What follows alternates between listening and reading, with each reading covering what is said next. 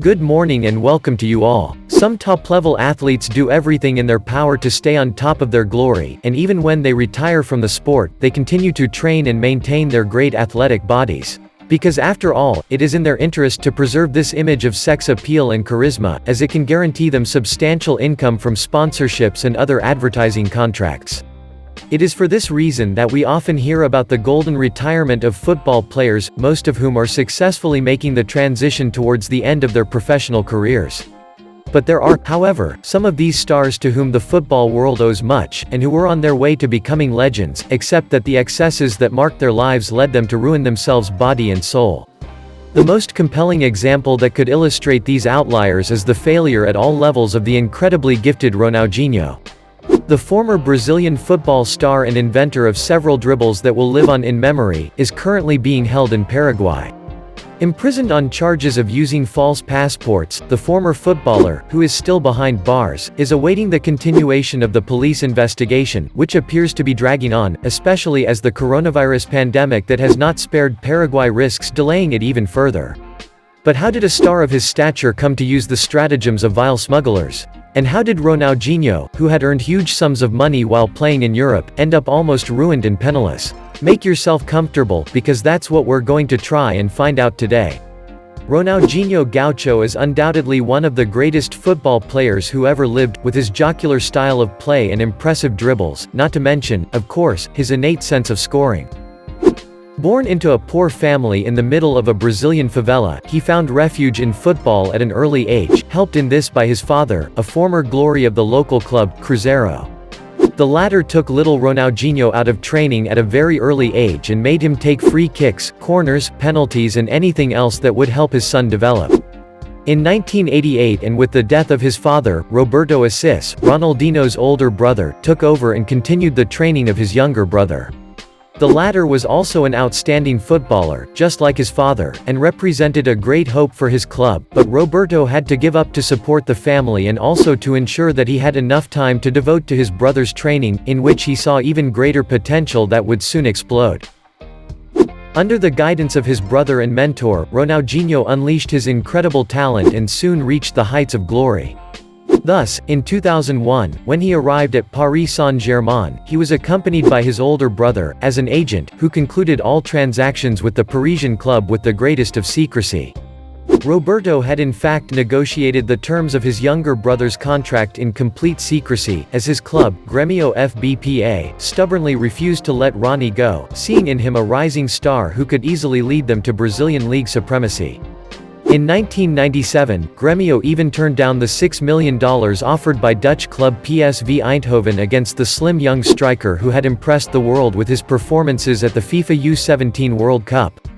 The Brazilian club had even agreed to a substantial increase in Ronnie's monthly salary, which was to rise to over €150,000 in the first year and €413,000 the following year.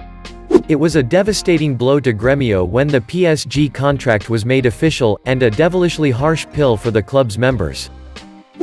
The case was even taken to the Brazilian courts, but the club had to face the fact that Roberto, Ronaldinho's brother and manager, had carefully attended to all the legal details, showing great expertise in handling this PSG affair, which will remain very famous in Brazil.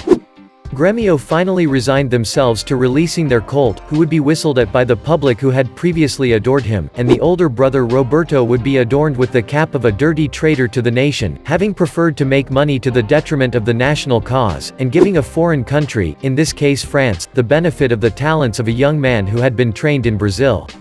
For Ronaldinho, as for his older brother, the affair was in fact the basis of a tumultuous relationship with Brazilian justice, which he was not about to forget. Although he did not win any major titles with his new Parisian club, the young footballing virtuoso really revealed himself to the world, taking advantage of his new team's international reputation and excessive emphasis on the media.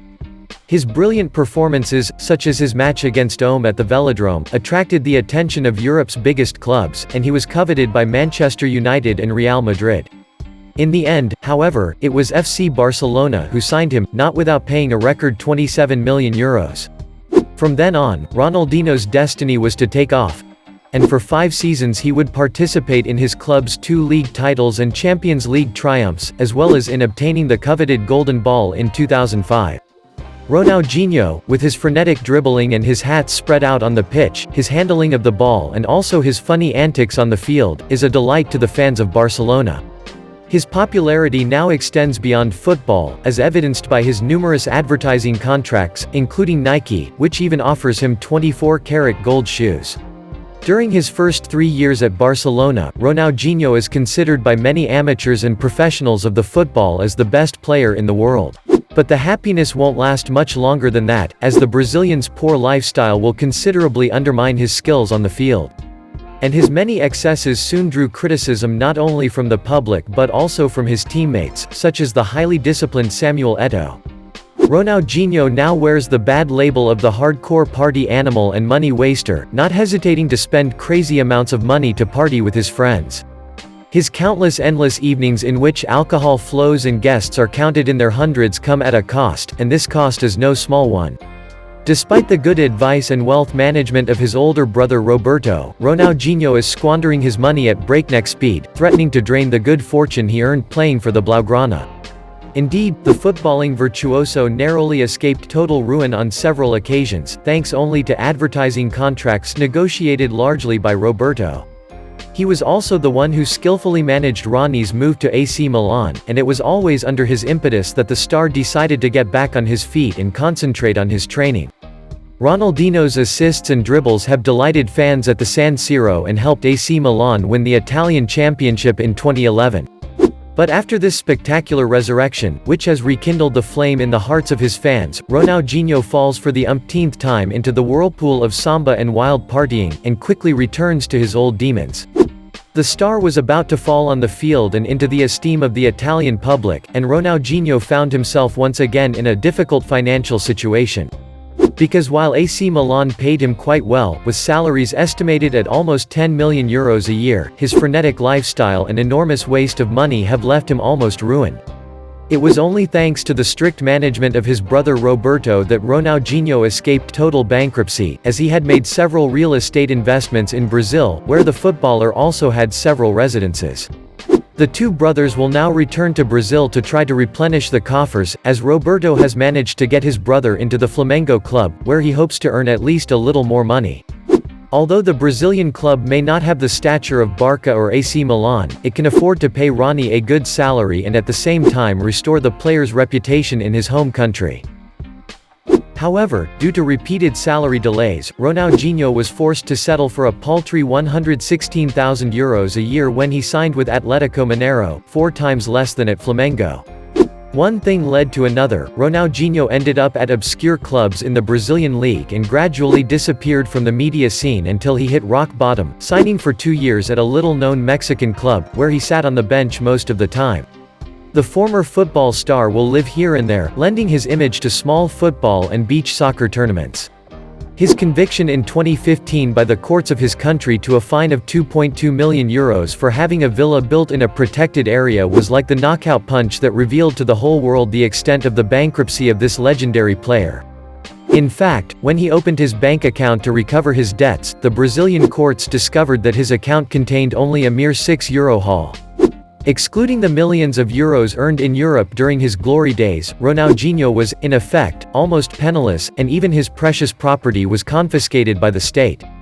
To make matters worse, the Brazilian Justice Department decided to withdraw the passports of the player and his brother, making it very difficult for them to make money by monetizing their image and presence at social events.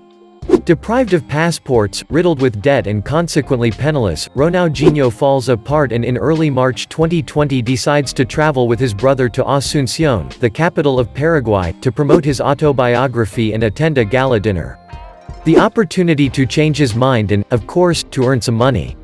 But to make matters worse, just 2 days after their arrival, Ronaldinho and Roberto were arrested by the Paraguayan police and accused of using false passports. They are also suspected of much more serious crimes, such as money laundering and criminal conspiracy.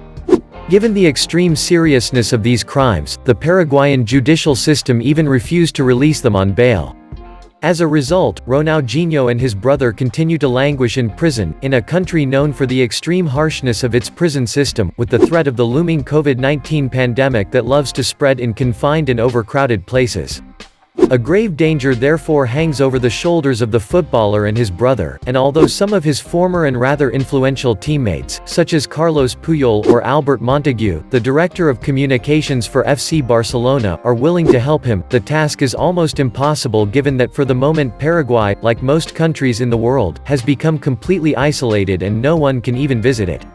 Bad luck seems to be on Ronaldinho's side, as he is behind bars at the worst possible time, despite the fact that his fall has been going on for several years, largely due to his attraction to excesses of all kinds. So, what do you think of the former Brazilian star's tragic decline? Give us your opinion in the comments.